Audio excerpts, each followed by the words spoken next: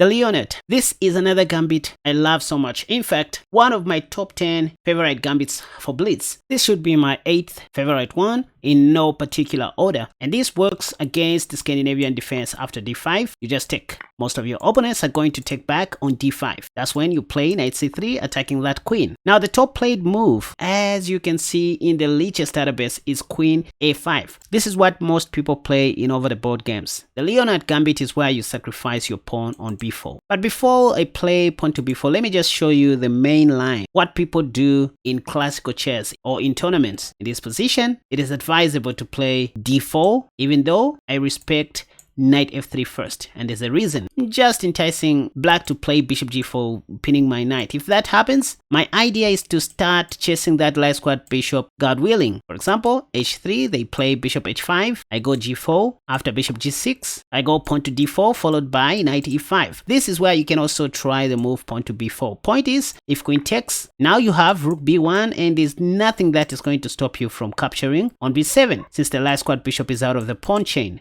So this is one line that resembles the Leonhardt Gambit that you can, trust with all your elbows. By the way, you're not going to see most of your opponents playing bishop g4. After you develop your knight, I just wanted to show you the logic behind knight f3. If black plays a natural move like knight f6, developing the whatever, now this is when you go pawn to d4. Once again, if bishop g4 appears, always be on the lookout for this move. Go h3. They better take, allow you to take. You go bishop c4 next. Otherwise, bishop h5 attracts pawn to g4. Again, if that, you go knight e5. The whole purpose of playing g4, h3 is to play knight e5 to attack that light squared bishop. If pawn to e6, you can even continue marching to Zion. There is this sneaky move that most of your opponents, especially amateur opponents, won't see coming. So you go knight c4. Knight c4 attacks the queen, and as you can see, the queen is almost trapped. So if black plays queen s6, the top played move, there is this other idea of playing bishop f4. Given a chance, you just want to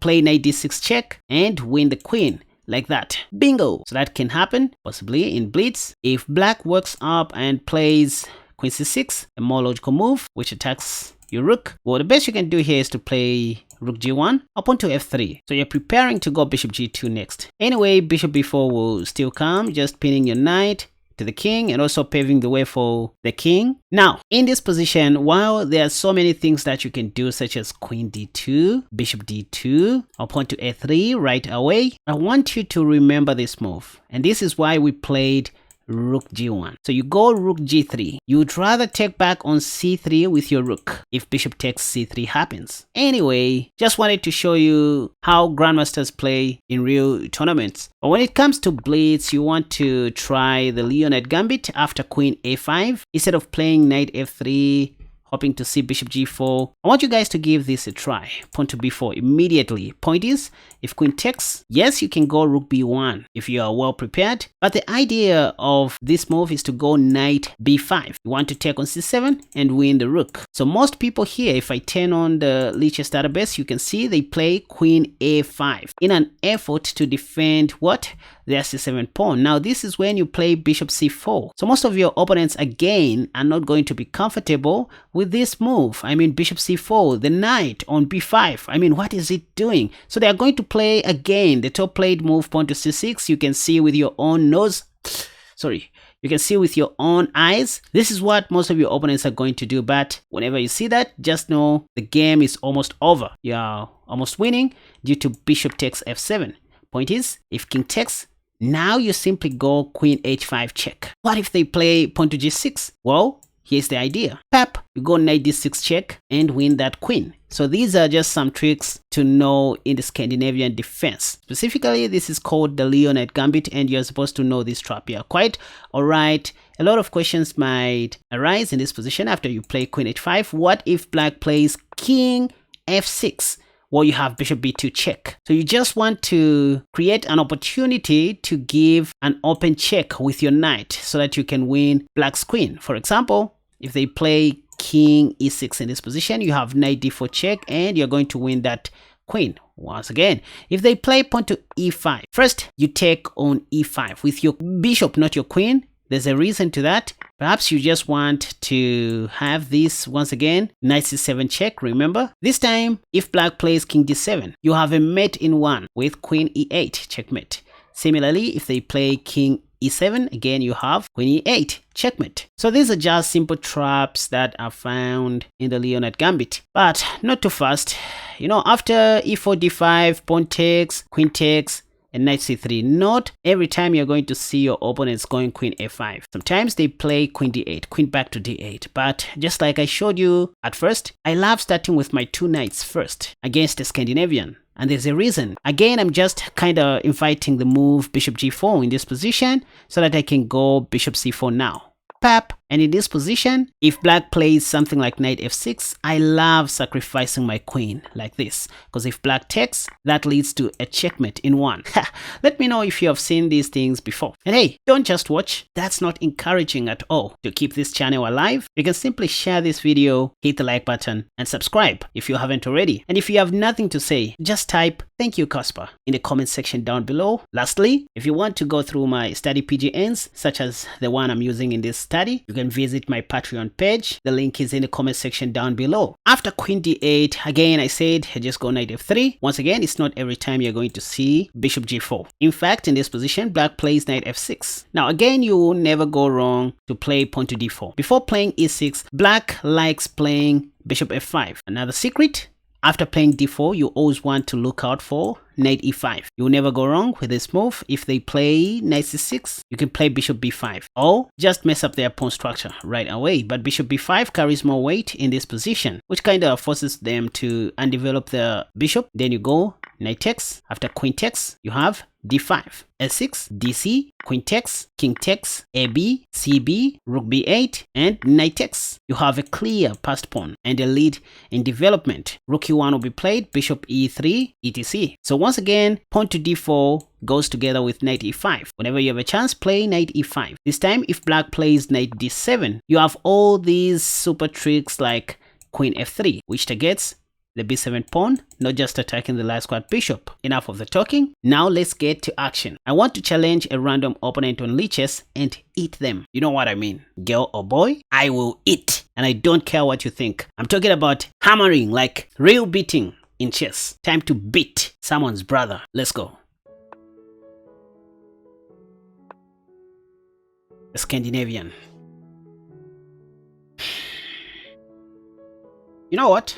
Let me play the Leonhardt Gambit just to entertain your eyeballs. So the Leonhardt Gambit is where we take on d5. After queen takes, we go knight c3. If queen a5, we sacrifice the b pawn. But after taking, if black plays queen back to d8 or anything else apart from what I just showed you, that won't be the Leonhardt Gambit. So now I can go pawn to b4.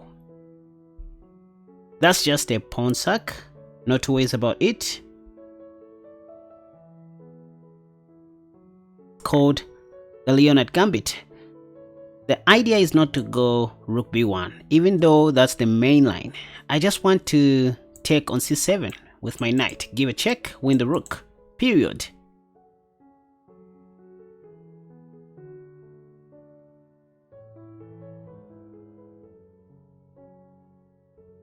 Others call this the center counter gambit. I'm playing against Dr. Link, guy rated 2154 rated player.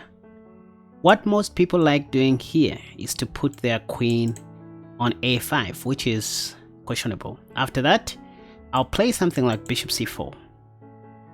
And if pawn to c6, remember that trap?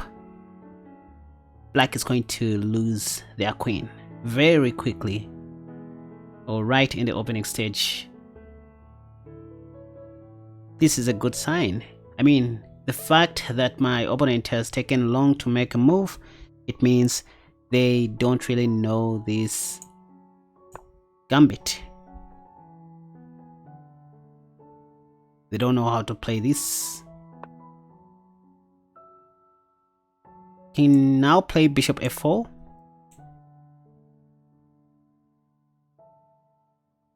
If knight a6, yep, now I can go rook b1. Look how things are unfolding slowly but sure. Queen e6 check, bishop e2, easy peasy. I still have knight takes. Oh, simply take with a bishop first. Why not?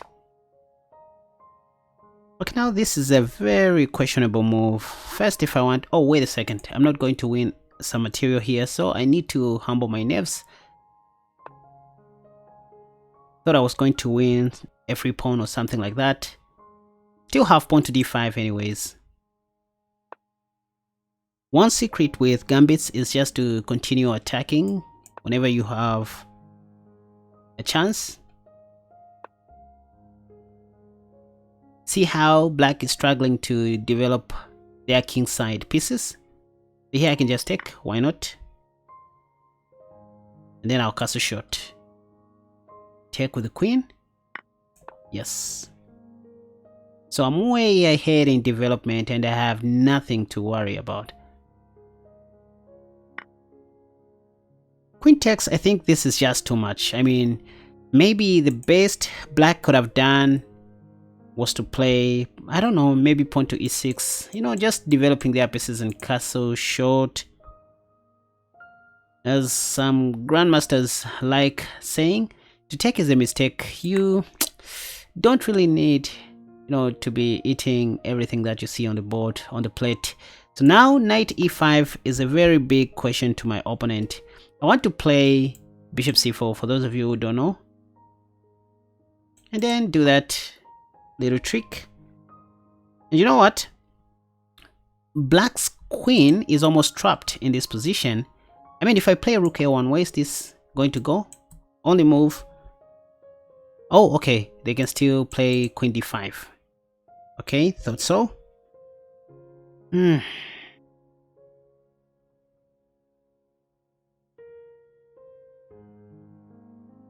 How about playing bishop f3? Bishop f3. And then there's a little trick here. I want to take on c6. Perhaps sacrificing my rook on a6 first. And that will only be possible... Okay, I thought black was going to play something like queen d8. I was going to sacrifice my rook on a6 and then take like that, win that other rook. That was a very simple tactic to identify. So now that my opponent played queen b5, I can continue chasing that queen.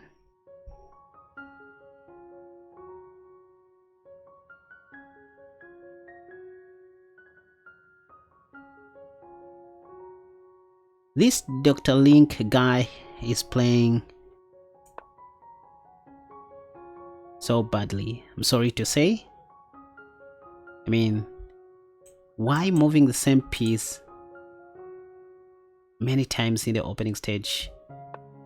You can say it's because I'm attacking their queen, but who told them to expose their queen in the first place? Who told them to do this? I mean, I can attack one more time if I want, right? Bishop e2, there's nothing I'm attacking here. I didn't tell my opponent to, you know, be moving their queen multiple times on the board.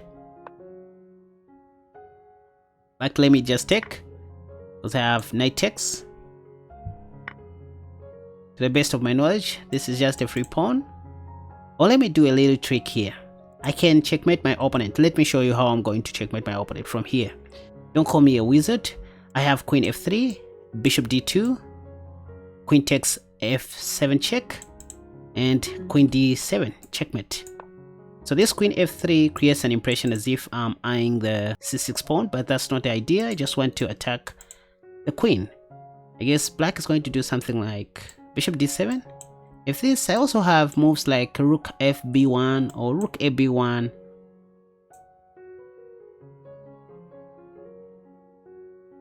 If pawn to f6, that would be very easy.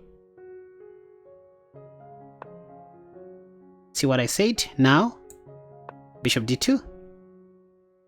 And, oh, we're not going to see checkmate, maybe. Oh, we are going to see checkmate anyway. Ah, what next? Okay. Why not taking? I have this. Tap. And mate. You see?